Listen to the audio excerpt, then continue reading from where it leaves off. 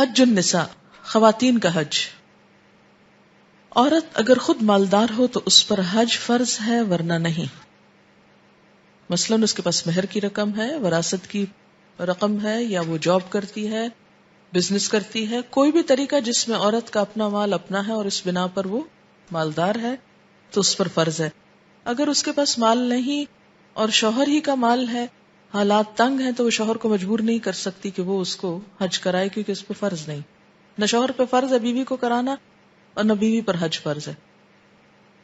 خواتین پر حج فرض ہونے کے لیے مالی استطاعت کے علاوہ محرم کا ساتھ ہونا بھی شرط ہے، کیونکہ حج کا سفر بہت طویل، اس میں قربانی کا مسئلہ، اس میں کافی سفر آنا جانا، مختلف مناسک کا ادا کرنا اور بہت ہجوم اور رش، اس لیے اس سفر میں محرم کا ہونا ضروری ہے۔ جس عورت کا خاوند فوت ہو جائے اسے دوران عدت حج کا سفر کرنا منع ہے۔ کسی عورت کا محرم کے بغیر خواتین کے گروپ میں شریک ہو کر حج کا سفر کرنا سنت سے ثابت نہیں۔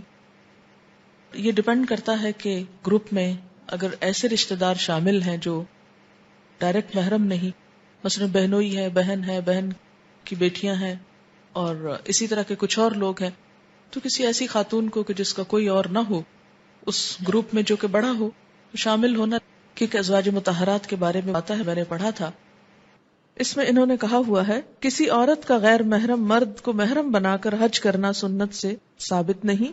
ایک اور جگہ پر کہا ہے کہ کسی عورت کا محرم کے بغیر خواتین کے گروپ میں شریک ہو کر حج کرنا سنت سے ثابت نہیں۔ اسی طرح حج کی شرائط میں محرم کا ہونا ضروری ہے۔ اس کے لیے انہوں نے لکھا ہے کہ سفر حج کے لیے عورت کے ساتھ خاوند یا کسی محرم مثلاً باپ، بھائی، بیٹا، چچا یا ماموں وغیرہ کا ہونا شرط ہے۔ اس کے لیے یہ حدیث بھی انہوں نے بیان کی ہے۔ حضرت عبداللہ بن عباس رضی اللہ تعالیٰ عنہ کہتے ہیں کہ میں نے نبی اکرم صلی اللہ علیہ وسلم کو خطبہ دیتے ہوئے سنا، آپ فرما رہے تھے کوئی مرد کسی عورت کے ساتھ ہرگز تنہائی میں نہ ملے الا یہ کہ اس عورت کا محرم ساتھ ہو، نہ ہی کوئی عورت محرم کے بغیر سفر کرے۔ ایک آدمی کھڑا ہوا اور اس نے عرض کیا، یا رسول اللہ صلی اللہ علیہ وسلم، میری بیوی حج کے لیے چلی گئی اور میں نے فلاں فلاں غزوہ میں اپنا نام لکھوا دیا ہے۔ آپ نے فرمایا جاؤ اور اپنی بیوی کے ساتھ حج کرو۔ اسی طرح ایک اور جگہ پر آتا ہے کہ حضرت یحییٰ بن عباد کہتے ہیں کہ رے ایران کا ایک شہر، ایک عورت نے حضرت ابراہیم نخعی کو لکھا کہ میں نے فرض حج ادا نہیں کیا اور میں مالدار ہوں لیکن میرا محرم نہیں، میرے لیے کیا حکم ہے؟ تو حضرت ابراہیم نخعی جو ایک فقیہ تھے انہوں نے عورت کو جواب لکھا کہ تو ان لوگوں میں سے ہے جن پر اللہ نے حج فرض نہیں کیا ہے۔ اسی طرح ایک اور حدیث ہے، حضرت عبداللہ بن عمر سے روایت ہے کہ رسول اللہ صلی اللہ علیہ وسلم نے فرمایا، اگر لوگ جان لیں کہ تنہا سفر میں کیا خطرات ہیں جو میں جانتا ہوں تو کوئی سوار رات کو اکیلا نہ چلے۔ تو پہلی بات یہ ہے کہ عورت کے لیے پسندیدہ کیا ہے کہ وہ حج پر جائے تو اس کا محرم ساتھ ہو، کیونکہ حج کا سفر کوئی عام سفر نہیں۔ عام سفر کے لیے بھی عورت کو تنہا نکلنے سے منع کیا گیا ہے، لیکن خاص طور پر حج کے سفر کے لیے۔ اس کی وجہ یہ ہے کہ حج میں بہت سارے مسائل ہوتے ہیں، بہت سے طویل انتظار ہوتے ہیں۔ آج کے دور میں اگرچہ جہاز اور بسوں وغیرہ کی بہت سہولت ہے، اس کے باوجود بہت سے مواقع ایسے آتے ہیں بھیڑ کے اور رش کے اور گھبراہٹ کے کہ جن میں تنہا عورت کا اپنے آپ کو سنبھالنا بہت مشکل کام ہے۔ اس لیے بالکل اکیلے نکلنا تو کسی صورت میں بھی جائز نہیں، یہ مطلقاً ممنوع ہے۔ کہ جیسے آپ یہاں سے اپنے گھر چلی جاتی ہیں اکیلے، ایسے کوئی شخص یہ کہے کہ اب جہاز میں بھی تو 3-4 گھنٹے لگتے ہیں تو میں اکیلے حج کر آتی ہوں، ایسا کرنا درست نہیں۔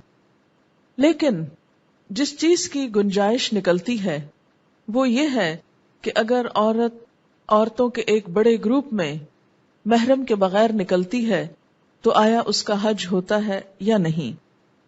اس کے بارے میں 1-2 دلائل ہمیں سنت سے ملتے ہیں، اور وہ یہ ہیں، بخاری کی روایت ہے عورتوں کا حج کرنا۔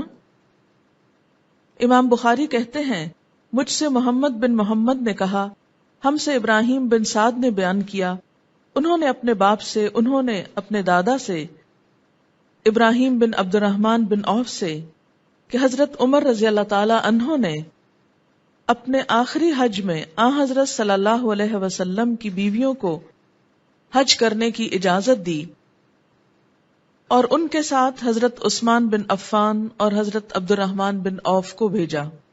یعنی سب ازواج جو تھیں، 2 کی تو ڈیتھ ہو چکی تھی، لیکن باقی جو ازواج تھی وہ سب ایک گروپ کی شکل میں گئیں. ان کے ساتھ اپنا کوئی محرم نہیں تھا، لیکن حکومت کی طرف سے 2 لوگوں کو ان کا نگران بنا کر یا محافظ بنا کر یا ذمہ دار بنا کر ان کے ساتھ بھیجا گیا اور ان سب نے حج کیا. اور یہ 2 کون تھے؟ ایک حضرت عثمان بن عفان تھے اور دوسرے حضرت عبد الرحمن بن عوف. پھر اسی طرح دوبارہ حضرت معاویہ کی خلافت میں بھی ان بیویوں نے حج کیا. یہ ہودوں پر سوار تھیں اور ان پر چادریں پڑی ہوئی تھیں. یہ بخاری کی روایت کی وضاحت ہے. پھر اسی طرح ہم دیکھتے ہیں کہ ایک اور روایت میں آتا ہے، صحیح بخاری ہی کی روایت ہے، حضرت عدی سے مروی ہے کہ میں خدمت نبوی میں بیٹھا ہوا تھا کہ ایک آدمی نے آ کر فاقے کی شکایت کی، یعنی بھوک کی. دوسرے نے آ کر رہزنی کی شکایت کی، یعنی بدامنی کی کہ ڈاکے پڑتے ہیں. آپ نے فرمایا، عدی تم نے ہیرا دیکھا ہے؟ ایک علاقے کا نام ہے. اگر تمہاری زندگی دراز ہوئی تو تم دیکھ لو گے کہ ہودج نشین عورت ہیرا سے چل کر آئے گی. یعنی ایک عورت تنہا نکلے گی اپنے ہودج میں، خانہ کعبہ کا طواف کرے گی اور اسے اللہ کے سوا کسی کا خوف نہ ہوگا. اور اگر تمہاری زندگی دراز ہوئی تو تم کسرا کے خزانے فتح کر لو گے. اگر تمہاری زندگی دراز ہوئی تو تم دیکھو گے کہ آدمی چلو بھر سونا یا چاندی نکالے گا اور ایسے آدمی کو تلاش کرے گا جو اسے قبول کر لے تو کوئی اسے قبول کرنے والا نہ ہوگا. یعنی صدقہ خیرات روپیہ 2 روپیہ نہیں، پرس میں کوئی ہاتھ ڈالے اور چلو بھر سونا نکالے اور کسی کو دینا چاہے لیکن کوئی لینے والا نہ ہوگا. اسی روایت کے آخر میں، یعنی بخاری کی اس روایت کے آخر میں حضرت عدی کا بیان ہے، میں نے دیکھا کہ ہودج نشین عورت، یعنی وہ کہتے ہیں میں نے خود دیکھا اپنی نگاہوں سے کہ ایک عورت ہیرا سے چل کر خانہ کعبہ کا طواف کرتی ہے اور اسے اللہ کے سوا کسی کا خوف نہیں. یعنی تنہا آتی ہے، طواف کر کے واپس چلی جاتی ہے. اور میں خود ان لوگوں میں تھا جنہوں نے کسرا بن ہرمز کے خزانے فتح کیے. یعنی حضور صلی اللہ علیہ وسلم کی دوسری پیشن گوئی بھی درست ثابت ہوئی. اور اگر تم لوگوں کی زندگی دراز ہوئی تو تم لوگ وہ بھی دیکھ لو گے جو ابو القاسم صلی اللہ علیہ وسلم نے فرمایا تھا کہ آدمی چلو بھر سونا یا چاندی نکالے گا لیکن لینے والا کوئی نہ ہوگا. یعنی 2 پیشن گوئیاں ان کے زمانے میں پوری ہو گئی اور ایک کی پیشن گوئی پھر انہوں نے آگے روایت کی. یہ 3 روایتیں آپ کے سامنے میں نے رکھی. ایک میں کیا آتا ہے کہ عورت محرم کے بغیر حج نہ کرے. دوسرے میں کیا آتا ہے کہ محرم کے بغیر سفر نہ کرے. تیسری روایت میں کیا آتا ہے حضرت عبداللہ بن عمر کی کہ نبی صلی اللہ علیہ وسلم نے فرمایا، لوگ جان لیں اگر کہ تنہا سفر میں کیا خطرے ہیں، جو میں جانتا ہوں تو کوئی سوار رات کو اکیلا نہ نکلے. یعنی عورت تو کیا مرد بھی اکیلا نہ نکلے جب سفر میں خطرہ ہو. یہ ساری روایتیں کیا بتاتی ہیں کہ کیا مرد اور عورت میں کوئی ڈسکریمنیشن مقصود ہے کہ مرد تو چلے جائیں اور عورتیں جو ہیں وہ دین کے کام سے محروم رہیں؟ یہ نہیں ہے مقصود. مقصود عورت کی حفاظت ہے، اس کو مشکل سے بچانا ہے کہ ایسے وقت میں، ایسی جگہ، ایسے سفر میں وہ نہ نکلے تنہا اپنے محرم کے بغیر یا حفاظت کے بغیر کہ جہاں اس کو کوئی خطرہ لاحق ہو. دوسری بات کہ ازواج مطہرات بغیر محرم کے لیکن حکومت کی طرف سے 2 افراد کے متعین کرنے پر 2 مرتبہ، ایک حضرت عمر کے دور میں اور دوسرے حضرت معاویہ کے دور میں نکلی. کہاں؟ حج کرنے کے لیے. اور یہ کس شکل میں نکلی؟ گروپ کی شکل میں. یہاں تنہا سفر کرنے کی یا بغیر محرم سفر کرنے کی جو علت تھی، علت کیا ہے؟ خطرہ. یعنی خطرہ کہ عورت کی عزت کو، جان کو، مال کو، کسی بھی چیز کو تنہا سفر کرنے میں جو خطرہ لاحق ہوتا ہے وہ خطرہ نہیں تھا. لہٰذا وہ کیسے گئی؟ بغیر محرم کے گئی. ٹھیک ہے. تو اس سے کیا پتہ چلتا ہے کہ اصل چیز وہ علت ہے جس کے سبب یا جس کی وجہ سے عورت کو اکیلے نکلنے سے منع کیا گیا ہے. پھر اسی کی منسلکہ روایت یہ کہ آپ صلی اللہ علیہ وسلم نے فرمایا کہ ایک امن کا زمانہ آئے گا جس میں تنہا عورت اتنی دور دراز سے اکیلے آ کر حج کرے گی، اور وہ صحابہ نے دیکھا بھی، اور یہ بھی صحیح روایت ہے بخاری کی. اس سے بھی کیا پتہ چلتا ہے کہ جب امن کا زمانہ ہو، جب کسی قسم کا کوئی خطرہ نہ ہو، عورت کے لیے مشکل نہ ہو، تو پھر وہ سفر کر سکتی ہے. اس میں آپ کو فقہا کی رائے بھی بتا دیتی ہوں کہ یہ جو آیت ہے وَلِلَّهِ عَلَى النَّاسِ حِجُّ الْبَيْتِ مَنِ اسْتَطَاعَ إِلَيْهِ سَبِيلًا، اللہ کی خاطر حج واجب ہے لوگوں پر یا لازم ہے لوگوں پر جو بھی اس کی طرف جانے کی استطاعت رکھتا ہو. تو یہ امام نووی لکھتے ہیں صحیح مسلم کی شرح میں، مگر اس میں اختلاف ہے کہ محرم شرط ہے یا نہیں. یہ امام نووی کہتے ہیں مگر اس میں اختلاف ہے، یعنی اہل علم کے درمیان، کہ محرم شرط ہے یا نہیں. سو ابو حنیفہ رحمت اللہ علیہ نے کہا کہ حج کے واجب ہونے کو محرم شرط ہے. وہ کہتے ہیں کہ عورت کا حج نہیں ہوتا جب تک محرم ساتھ نہ ہو، مگر اس وقت کے مکہ کے اور اس کے بیچ میں 3 منزل سے مسافت کم ہو. 3 منزل سے مسافت کم ہو تو کوئی بات نہیں، اکیلے بھی چلی جائے. اور ایک جماعت محدثین کی ان کے موافق ہے، یعنی وہ بھی یہی کہتے ہیں جو امام ابو حنیفہ نے کہا، اور اصحاب رائے بھی، اور حسن بصری اور نخعی اور لوگوں سے بھی مروی ہوا ہے، اور عطا اور سعید بن جبیر اور ابن سیرین اور مالک اور اوزائی اور شافعی کی مشہور روایت یہ ہے کہ محرم شرط نہیں. یہ دوسرا گروہ ہے، بلکہ شرط ہے کہ اس کو امن اور اطمینان ہو اپنی ذات کا. اور اصحاب شافعیہ نے کہا کہ امن حاصل ہوتا ہے 3 چیزوں سے، یا شوہر ہو، یا کوئی اور محرم ہو، یا چند عورتیں معتبر قابل اطمینان ہو. یعنی امن کے لیے 3 چیزیں ہیں، شوہر ہو، یا اگر وہ اویلیبل نہیں، وہ فارغ نہیں، تو کوئی اور رشتہ دار ہو، اگر وہ بھی نہیں تو پھر چند عورتوں کا گروپ ہو. جب تک ایک ان تینوں میں سے نہ ہو تو حج واجب نہیں. یعنی اگر عورتیں بھی نہیں اور بالکل ہی ایک اکیلی عورت ہے تو پھر حج ہی واجب نہیں. اور اگر ایک عورت معتبر اس کو ملی تو حج واجب نہیں مگر جائز ہے. مثلاً اگر کسی عورت کے ساتھ ایک عورت تھی اور انہوں نے جا کے کر لیا، حج تو ہو گیا لیکن ان پہ واجب نہیں تھا. اور یہی صحیح ہے، اور بعضوں نے حج نفل اور سفر تجارت وغیرہ کو روا رکھا ہے. یعنی حج پر تو نہ اس طرح نکلے، لیکن حج نفل ہو، اگر نفلی حج ہے تو ٹھیک ہے، چلی گئی. اور سفر تجارت وغیرہ یعنی دنیا کا کوئی کام کاج ہے، جبکہ کئی ثقہ عورتیں ساتھ ہوں. لیکن بعض علماء کے نزدیک یہ درست نہیں. بات سمجھ میں آئی کہ نہیں؟ یعنی یہ مسئلہ اختلافی مسئلہ ہے. میں نے دونوں سمتیں آپ کے سامنے رکھ دی ہیں. اب جب ایسے معاملے آتے ہیں نا کہ جس میں اختلاف ہو جاتا ہے، کیونکہ اب اختلاف کیوں ہوا؟ اس لیے کہ دونوں کے پاس دلائل ہیں، ہے نا. اب آپ یہ نہیں کہہ سکتے کہ جی نہیں یہ غلط کہہ رہا ہے، اس کی دلیل نہیں، دوسرا کہ نہیں یہ غلط کہہ رہا ہے. ایک بات یاد رکھیے، اجتہادی مسائل کے اختلاف میں کوئی جانب منکر نہیں ہوتی. اجتہاد کیا ہوتا ہے؟ قرآن اور سنت، تعامل صحابہ کو سامنے رکھ کر آج کے دور کے لیے کوئی مسئلے کا حل نکالنا. اجتہاد کا روٹ کیا ہے؟ جہد. جہد کس کو کہتے ہیں؟ کوشش کو. کس کام میں کوشش؟ دین کے مسائل کے استخراج اور اس کو ڈیڈیوس کرنے میں، مختلف چیزوں کو سامنے رکھ کے اس سے نتیجہ نکالنے میں کوشش جو ہوتی ہے کہ کیا کیا جائے. ایک مسئلہ پیش آ گیا، اس کا حل تلاش کیا جائے. حل تلاش کرنے کے لیے کیا؟ ساری ریلیونٹ چیزیں اکٹھی کر لی جائیں، پھر ادھر کے بھی دلائل دیکھے جائیں، ادھر کے بھی، پھر موجودہ دور کو سامنے رکھ کر کوئی فیصلہ دے دیا جائے. یہ کام ہر دور میں ہونا چاہیے، لیکن ہمارے ہاں مشکل یہ ہوئی کہ پہلی 3-4 صدیاں تو ہوتا رہا، اس کے بعد باقی سب نے انہی کے اجتہادات اور فیصلوں کو لے کر تقلید شروع کر دی. بس ہمارے لیے وہی کافی. اور دلیل کیا دی گئی اس پر؟ کہ ہم بڑے عالم ہیں یا وہ بڑے تھے.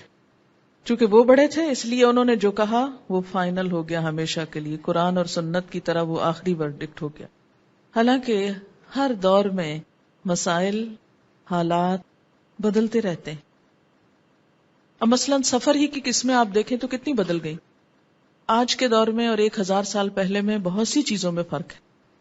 1000 کیا 100 سال پہلے اگر آپ کو کراچی سے اسلام آباد جانا ہو تو کتنا مشکل سفر تھا، یہ کوئی سوچ ہی نہیں سکتا. اس وقت اگر آپ کسی بھی عالم دین سے یہ پوچھیں کہ کیا ایک عورتوں کے گروپ میں جا سکتی ہے تو کوئی بھی نہ کہتا کہ جا سکتی. کیوں؟ اس لیے کہ اتنا دور اور اتنا مشکل سفر، اور جانا بھی نہیں چاہیے، کوئی بھی عقل مند شخص اجازت نہ دیتا. لیکن اگر آج کے دور میں کوئی پوچھتا ہے تو صورتحال بہت بدل چکی. 2 گھنٹے کی مسافت پر ہے، 2 گھنٹے کی مسافت ہی بنتی ہے نا، جہاز پر زیادہ زیادہ 2 گھنٹے لگتے ہیں. تو وہ فاصلے جو 2 دنوں کے تھے وہ کیا بن گئے؟ 2 گھنٹے کے بن گئے. اب 2 گھنٹے کی دوری پر اگر آپ کے گھر کی کوئی عورت جاتی ہے یا رہتی ہے تو وہ سچویشن نہیں رہی جو اس وقت کی تھی. اب آپ دیکھیں کہ شاید یہی وجہ تھی کہ اللہ تعالیٰ نے اس دین میں اتنی وسعت رکھی، اور اس وسعت کی وجہ سے بعض اوقات احادیث ایک دوسرے کو کنٹرڈکٹ کرتی نظر آتی ہیں، حالانکہ وہ کنٹرڈکٹ نہیں کر رہی ہوتی.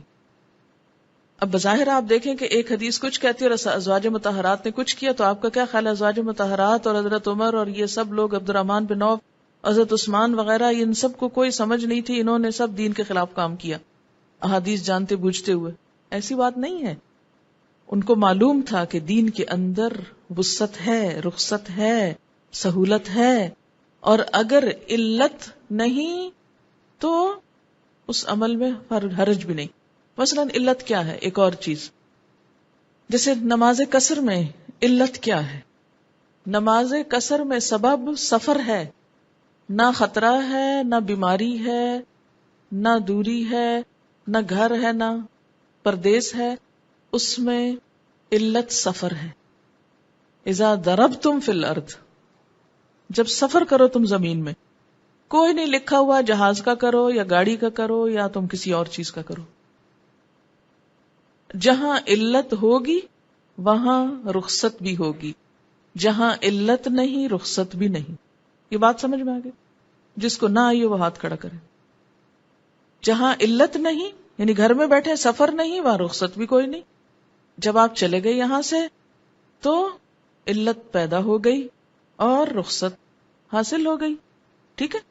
اچھا، اسی طرح عورت محرم کے ساتھ نکلے یا اس کے بغیر نکلے، اس میں علت کیا ہے؟ اس کی حفاظت اور امن کا ہونا. یعنی سبب کیوں عورت کو تنہا نکلنے سے منع کیا؟ کہ عورت ایک قیمتی چیز ہے، اس کی حفاظت مقصود ہے. جب ایسا سفر، ایسی جگہ، ایسا طریقہ ہو کہ جس میں اس علت پر کوئی حرف نہیں آ رہا تو رخصت دے دیں گے، اور جہاں وہ سبب پیدا ہو گیا تو رخصت ختم ہو گئی. پھر آپ تنہا نہیں نکلیں گے، پھر آپ کے ساتھ لازمی کوئی ہونا چاہیے. اب مثال کے طور پر تعلیم کے لیے بچیاں مختلف علاقوں میں ہاسٹل میں رہتی ہیں. اس میں صرف دنیاوی اسکول کالجز نہیں ہیں بلکہ پیورلی دینی مدارس بھی ہیں. اور یہ پوری دنیا میں ایک کامن فینومینا ہے کہ جہاں بھی عورتیں تعلیم کے لیے نکلتی ہیں تو یہ ممکن ہی نہیں کہ ہر عورت کے ساتھ اس کا بھائی نکلے اور وہ بیکار باہر چوکیدار بن کے دروازے بیٹھا رہے کہ بہن باہر نکلے تو میں اس کو پکڑ کے گھر تک پہنچاؤں. یہ عملی طور پر پریکٹیکلی ممکن ہی نہیں. اس لیے کیا ہے صورتحال کہ سہولت کس چیز میں ہے یا علت کیا ہے؟ امن کا ہونا یا نہ ہونا. تو اگر امن ہے، محفوظ جگہ ہے اور عورتیں ایک گروپ میں رہ رہی ہیں تو کوئی حرج نہیں، اور گروپ قابل اعتماد لوگوں کا ہے، نعوذ باللہ اس میں کوئی چور ڈاکو نہیں جمع کہ جو ایک دوسرے کو لوٹیں گے. تو ایسی صورت میں کیا ہے؟ یعنی امن موجود ہے تو عورتیں تنہا بھی گروپ کی شکل میں کہیں رہ کے دن رات پڑھ سکتی ہیں. اب آپ دیکھیے کہ ایک سعودی حکومت نے بھی ایک قانون بنا رکھا ہے اور اس میں بھی فلیکسیبلٹی. آپ کو پتا ہے کہ کچھ ملکوں میں اس قانون کی بڑی سختی ہے، کچھ اور ملکوں میں نہیں ہے. انڈونیشیا ملیشیا سے اسٹوڈنٹس کے میں نے خود گروپس دیکھے ہیں، ینگ گرلز کے، مدارس کے، جو اپنے ٹیچرز کے ساتھ آتے ہیں، عمرہ کرتے ہیں اور جاتے ہیں وہاں. کیوں؟ اس لیے کہ اس قوم میں ڈسپلن ہے ہمارے مقابلے میں کچھ زیادہ، اور وہ اس حکومت کی بات بھی مانتے ہیں اور کوئی ایسا امن و امان کا مسئلہ پیدا نہیں کرتے، اس لیے وہاں یہ رخصت موجود ہے. اور اس کی دلیل کیا ہے؟ ازواج مطہرات کا عمل، اور اس عمل کے پیچھے اجازت کس کی تھی؟ بڑے بڑے صحابہ کی تھی. ایک ہوتی ہے افضل ترین صورت کہ آئیڈیل سچویشن، ٹھیک ہے، ایک ہوتا ہے جواز کی کیفیت. آئیڈیل تو ہمیشہ یہی رہے گی کہ عورت اپنے شوہر کے ساتھ جائے یا بھائی کے ساتھ جائے، یہ ہر لحاظ سے قابل اطمینان بات ہے، ایسا ہی ہونا چاہیے. لیکن بعض عورتیں ایسی بھی ہیں کہ جن کے پاس ایسا کوئی ذریعہ نہیں، تو اس میں آئیڈیل سچویشن گروپ کی یہی ہوتی ہے کہ اس گروپ میں اگر کچھ خواتین کے بھائی یا شوہر یا کوئی محرم ہو تو باقی ان سب کے ساتھ پھر ایک گروپ میں مل کر، یعنی چند عورتوں کے ساتھ اگر ہوں اور باقی عورتیں ساتھ ہوں اور ایک پرامن گروپ ہو، یعنی وہ مرد باقیوں کی بھی ایک طرح سے لک آفٹر کریں. کیونکہ یہاں بھی آپ دیکھیں نا، حضرت عبد الرحمن بن عوف اور حضرت عثمان جو ہیں وہ ایک طرح سے ساتھ گارڈین کے طور پر جاتے ہیں. کیونکہ سفر حج جو ہے نا، عام سفر کے مقابلے میں بڑا مشکل سفر ہے، اور اس کے لیے وہ حدیث ہے، حضرت عائشہ کہتی ہیں کہ میں نے عرض کیا یا رسول اللہ صلی اللہ علیہ وسلم، کیا ہم آپ لوگوں کے ساتھ جہاد کو نہ جایا کریں؟ آپ نے فرمایا تم عورتوں کا عمدہ اور اچھا جہاد حج ہے جو حج مقبول ہو. حضرت عائشہ کہتی ہیں میں تو حضور صلی اللہ علیہ وسلم کے اس ارشاد کے سننے کے بعد کبھی حج چھوڑنے والی نہیں، یعنی ضرور جایا کروں گی. یعنی بہترین عبادت ہے، اور کتنی مشکل عبادت ہے جو جہاد کے برابر ہے ایک طرح سے. تو اس سفر میں پھر کوئی نہ کوئی ایسا ساتھ ضرور ہو کہ کوئی بے ہوش ہو رہا ہے یا گر رہا ہے یا پڑ رہا ہے، ایٹ لیسٹ اوروں کے ساتھ مل ملا کر کوئی انتظام کرے، کسی کو اسپتال لے جانا، ایئرپورٹ پہنچانا ہے، بکنگ کرانی ہے، ایئرپورٹ پہ کئی دن بیٹھنا ہے بغیر کھائے پیے انتظار میں کہ واپسی کی جگہ ملے. تو یہ ساری چیزیں ریکوائر کرتی ہیں کہ کوئی نہ کوئی مرد حضرات ہو. اگر وہ سمجھتی کہ پر امن نہیں ہے جانا، اس کا خطرناک ہے کہ صاحب مال ہے مثلاً، تو لوگ کہیں چلو اس کو رستے میں ٹھکانے کرو کہ جا کے اس کا مال اٹھا لو. پھر وہ سوچ سمجھ، کیونکہ اس کو نا ایک اسے بطور فتویٰ نہ لیجیے، اس کو انڈیویجول جو حالات ہیں، سچویشن ہے، اس پر بھی ڈیپینڈ کرتا ہے. ٹھیک ہے، اس میں پھر ایک اور چیز یہ بھی ہوگی کہ ینگ لڑکیوں کا معاملہ اور ہے، عمر رسیدہ خواتین کا معاملہ اور ہے، یہ بھی چیز دیکھی جائے گی.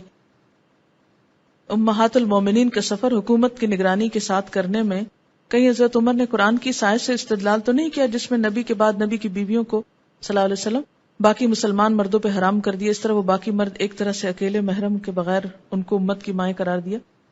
نہیں، ایسی بات نہیں ہے. اس لیے کہ اگر ماں سے مراد وہ ہوتا جو آپ جس معنی میں لے رہی ہیں تو پھر تو وہ حجاب بھی اتار دیتی، کیونکہ ماں کا حجاب تو بچوں سے نہیں ہوتا. لیکن وہ ماں ایک آنر کے لیے کہا گیا ہے، باقی جو ماں کی حیثیت میں پابندیاں ہیں وہ نرم نہیں پڑتی. اور اس میں آپ دیکھیے کہ اس پر اگر کوئی کہے تو وہ ہیرا والی عورت کی مثال جو پھر سامنے ہے. اور سب باتوں کے باوجود جس کا دل نہ مانے ایسا کرنے کو، اس کے لیے کوئی جبری حکم نہیں کہ نہیں ضرور جاؤ تم. پھر بھی جو زیادہ دل کو بات لگے وہی کی جائے. یعنی رخصت بھی موجود ہے اور دوسری صورت بھی موجود ہے. ایک عورت جس کو اللہ نے ساری نعمتیں دی ہیں، حیثیت بھی دی، وسعت بھی دی، شوہر بھی دیا، جانے کا آسانی بھی دی، تو اس کے لیے تو یہ سوچنے کی ضرورت ہی نہیں ہے اس رخصت کے بارے میں. لیکن ایک محروم عورت جس کے پاس اور کچھ نہیں، تو دین نے اس کو بھی محروم نہیں کیا، اس کے لیے بھی ایک گنجائش رکھی ہے. خواتین کو حج کا ثواب جہاد کے برابر ملتا ہے. حج یا عمرہ کے لیے آنے والی خواتین کو احرام باندھنے کے لیے حالت حیض یا نفاس میں بھی غسل کرنا چاہیے، بشرطے کہ بیماری کا خوف نہ ہو. عن عائشہ رضی اللہ عنہا قالت نفست اسماء بنت امیس بمحمد ابن ابی بکر بالشجرہ فامر رسول اللہ صلی اللہ علیہ وسلم ابا بکر یأمرها ان تغتسل وتحل، رواہ مسلم. حضرت عائشہ فرماتی ہیں کہ شجرہ کے مقام پر حضرت محمد بن ابو بکر صدیق کی پیدائش کے باعث حضرت اسما بنت امیس، یہ ان کی سوتیلی والدہ بنتی ہیں حضرت عائشہ کی، حالت نفاس میں تھی.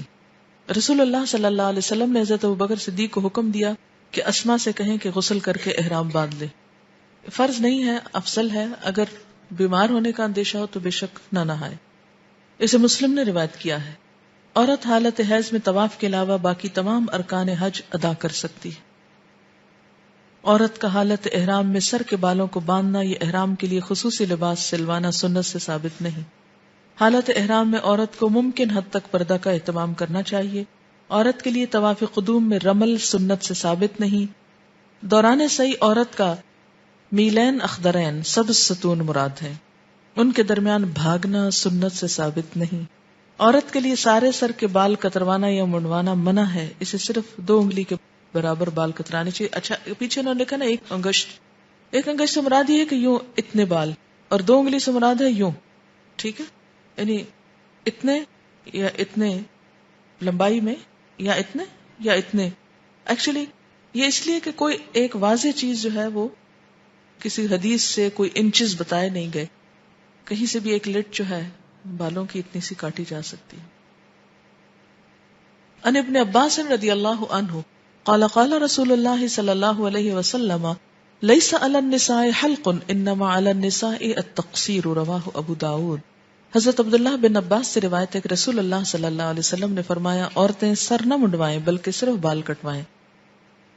حج ادا کرنے والی حائضہ خواتین کو طواف وداع نہ کرنے کی رخصت ہے. عورت کے لیے شوہر کی اجازت کے بغیر نفلی حج ادا کرنا منع ہے. فرض تو اگر شوہر روکے بھی تو اس کو کرنا ہوگا، اس میں شوہر کی اطاعت نہیں ہوگی. یہ ایسے ہی جیسے نماز پڑھنے سے اگر کوئی شوہر منع کرے تو عورت نماز نہیں چھوڑ سکتی. لیکن ایک دفعہ فرض ادا ہو گیا، اب وہ پھر بار بار حج پہ جانا چاہتی ہے اس کی مرضی کے بغیر، تو یہ درست نہیں. ان ابن عمر رضی اللہ عنہما ان رسول اللہ صلی اللہ علیہ وسلم فی امرأة کان لها زوج ولها مال فلا یأذن لها فی الحج قال لیس لها ان تنطلق الا باذن زوجها. حضرت عبداللہ بن عمر رسول اللہ صلی اللہ علیہ وسلم سے اس عورت کے بارے میں روایت کرتے ہیں جس کا شوہر ہے اور عورت خود مالدار ہے، شوہر اسے نفلی حج کی اجازت نہیں دیتا. اس کے بارے میں نبی صلی اللہ علیہ وسلم نے فرمایا ایسی عورت کو شوہر کی اجازت کے بغیر حج پر نہیں جانا چاہیے، کیونکہ ایک فیملی لائف کو ڈسٹرب کرنا اور گھر میں لڑائی جھگڑا کرنا کوئی پسندیدہ چیز نہیں.